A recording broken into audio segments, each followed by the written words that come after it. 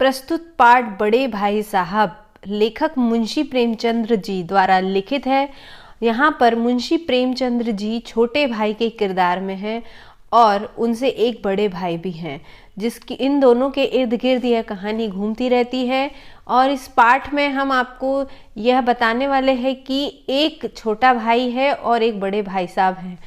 उनमें कुछ साल का ही अंतर होता है, पर जो बड़े भाई साहब हैं उनसे बड़ी बड़ी अपेक्षाएं होती हैं और बड़े होने के नाते वो खुद भी ये कोशिश करते हैं कि छोटे भाई के लिए एक मिसाल कायम करें, परंतु ये आदर्श स्थिति बनाने के फेर में वो कभी अपना उनका बचपना तिरोहित करते चले जाते हैं। यह कहानी प्रेमचंद्र जी ने तो लिखी है, जो कि अपने भाई से 5 साल छोटे हैं, यानी कि उनके जो भाई हैं उनसे 5 साल बड़े हैं और फिर भी वो सिर्फ 3 कक्षा ही उनसे आगे हैं। ऐसा क्यों होता है कि वो उनसे 3 कक्षा आगे होते हैं, बल्कि अंतर उनके बीच में 5 वर्ष का होता है। तो वह कुछ इस तरह से पढ़ना चाहते थे कि उनकी पढ़ाई की जो बुनियाद है वो बहुत मजबूत हो जाए। इसी कारण वे एक ही कक्षा को पास करने में 2-2 साल लगा देते थे और कभी कभी तो 3 साल भी। लेखक जो प्रेमचंद जी हैं, जो कि छोटे भाई की भूमिका में हैं, उन्होंने कहा कि वे स्वयं 9 साल के थे और उनके भाई 14 साल के थे। वे हमेशा बड़े भाई उनके पढ़ते रहते थे। जब कभी दिमाग को आराम देना हो तो वह चिड़िया, कुत्ते, बिल्ली की तस्वीर कॉपी में, किताब में बनाते थे और एक ही वाक्य को या शब्द को 10-20 बार लिख डालते थे। ऐसा वे करते थे।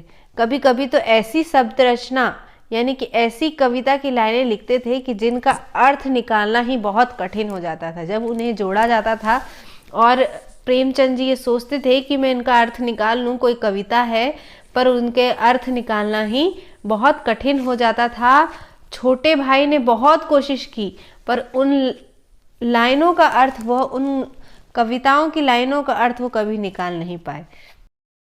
और वे कभी भाई से, अपने बड़े भाई साहब से पूछने की हिम्मत भी ना कर पाते, क्योंकि वह 5वीं कक्षा में थे और उनका भाई जो है वो 9वीं कक्षा में थे। तो इस तरह वो अपने भाई से डरते थे, तो वह उनसे पूछने की हिम्मत भी ना कर पाते थे कि इनका अर्थ क्या है।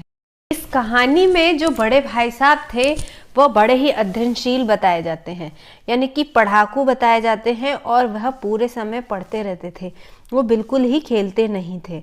लेकिन जो छोटा भाई था, यानी कि प्रेमचंद्र जी का मन बिल्कुल भी पढ़ाई में न लगता था। उन्हें 1 घंटे भी किताब लेकर बैठना बड़ा कठिन लगता था।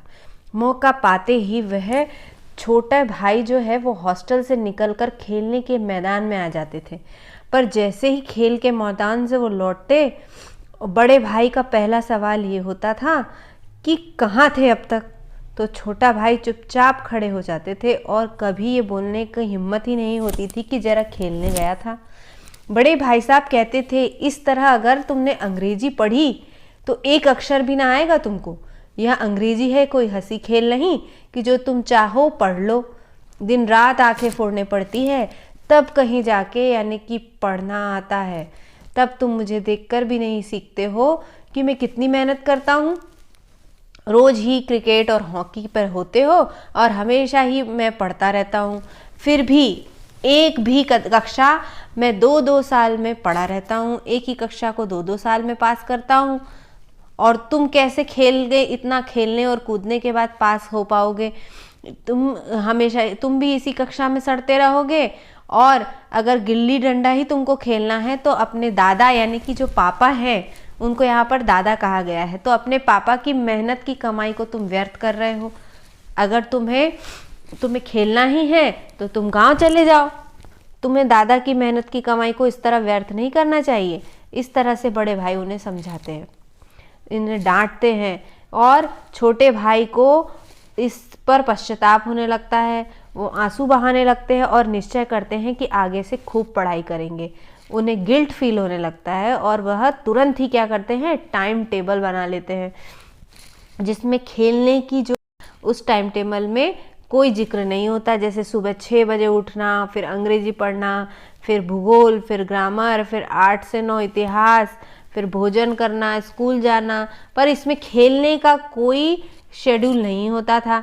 इस तरह का वो जब टाइम टेबल बना लेते तो उनके लिए पहले दिन ही उसका पालन करना बड़ा मुश्किल हो जाता और सब कुछ वो भूल जाते और फिर खेलने चले जाते। इस तरह वो पहले ही दिन अपने बनाए हुए टाइम टेबल को फॉलो नहीं कर पाते और बड़े भाई की डांट खाकर भी वह अपना खेल नहीं छोड़ पाते, पर बड़े भाई के डर से वो फिर भी थोड़ा बहुत पढ़ते थे। इस तरह उनकी फिर से सालाना परीक्षा आई और वह परीक्षा दे गए और जैसे ही रिजल्ट आया तो बड़े भाई साहब फिर फेल हो गए और छोटे भाई साहब जो कि खेलते रहते थे उन्हें वो कक्षा में प्रथम आ गए।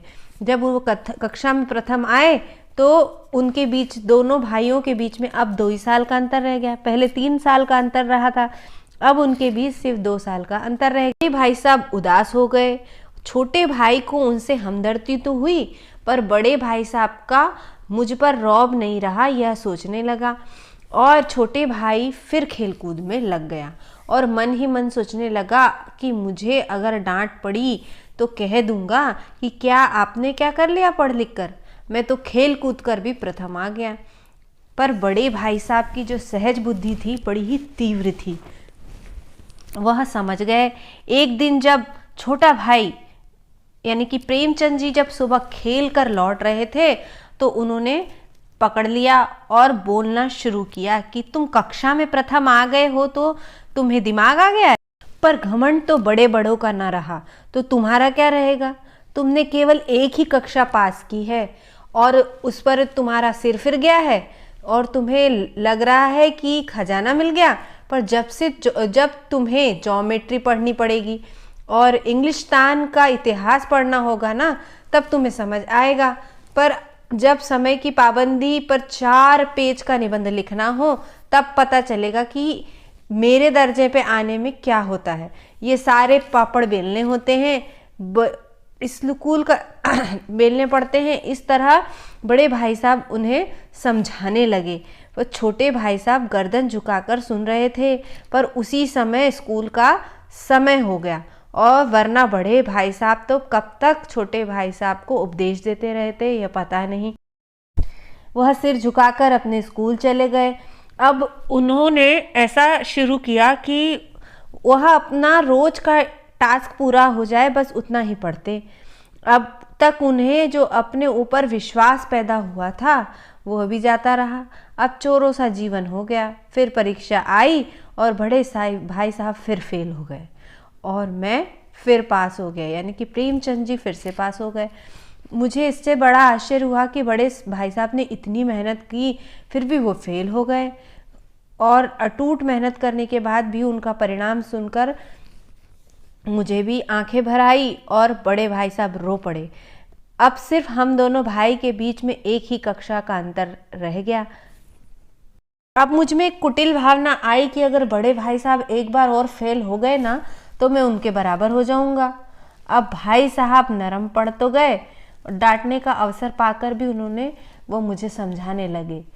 तो यह देखकर मेरी स्वतंत्रता और बढ़ गई, यानी कि छोटा भाई जो है उनमें स्वतंत्रता आ गई कि मैं पढ़ूं या न पढ़ूं, मेरी तकदीर बड़ी बलवान है। इसलिए भाई साहब के डर से थोड़ा बहुत तो वह पढ़ लिया करते थे और अब वह भी बंद हो गया। अब मुझे कनकौए उड़ाना, पतंगबाजी करना का बड़ा शौक था। मांझा देना, कन्ने बांधना, टूर्नामेंट की तैयारी करना आदि जो समस्याएं हैं वो चुपचाप भाई साहब से छुपकर होने लगी, छुपकर करने लगा। एक दिन जब मैं कनकौआ लूटने के लिए तेज गति से दौड़ रहा था तब भाई साहब से टक्कर हो गई और बड़े भाई साहब गुस्से से बोले, तुम्हें शर्म नहीं आती क्या? अब तुम छोटी कक्षा में नहीं रहे, 8वीं पास करके लोग नौकरी पे चले जाते हैं और तुम होशियार हो, इसमें कोई शक नहीं है। पर अपने मन में तुम ये समझते होगे कि बड़े भाई साहब से मैं केवल एक कक्षा ही पीछे हूँ और मुझे बड़े भाई साहब को समझाने का कोई हक नहीं, पर मैं तुमसे 5 साल बड़ा हूँ। अगर तुम मेरी कक्षा में आ जाओ या आगे भी निकल जाओ, फिर भी तुम मेरे तजुर्बे की बराबरी नहीं कर सकते। मैं तुमसे उम्र में 5 साल बड़ा हूँ।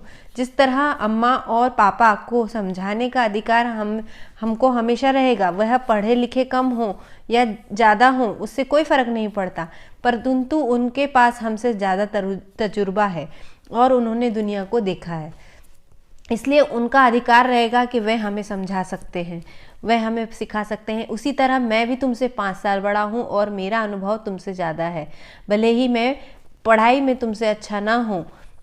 अगर मैं बीमार हो गया और तुम्हें समझ नहीं आएगा कि करना क्या है, तब तुम खुद से डिसीजन नहीं ले पाओगे। तुम अपने दादा को यानी कि पापा को खबर करोगे। अगर तुम्हारी जगह पापा रहे या दादा रहे, तब उन्हें कोई समझाने की ज़रूरत नहीं होगी, वे खुद ही समझ जाएंगे, वे खुद ही सोच समझकर स्थिति को संभाल लेंगे। मेरे रहते तुम गलत नहीं कर सकते हो। मैं तुम्हारा बड़ा भाई हूँ और उन्होंने थप्पड़ दिखाया और कहा इसका प्रयोग भी कर सकता हूँ मैं,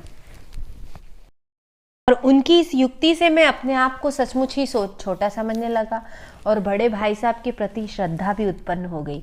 बड़े भाई साहब ने छोटे भाई साहब को गले लगा लिया और छोटे भाई को गले लगाने के बाद उनके ऊपर से लटकते हुए एक कनकौए का उड़ रहा था, उसकी उन्होंने डोरी पकड़ ली। इससे यह पता चलता है कि बड़े भाई साहब के मन में खेलने के प्रति लालसा तो बहुत है, पर वह खेलते नहीं हैं अपने ओहदे की वजह से। बड़े भाई साहब लंबे हैं ही और चलकर उसकी डोर पकड़ ली और बेतहाशा हॉस्टल की तरफ दोनों भाई दौड़ पड़े।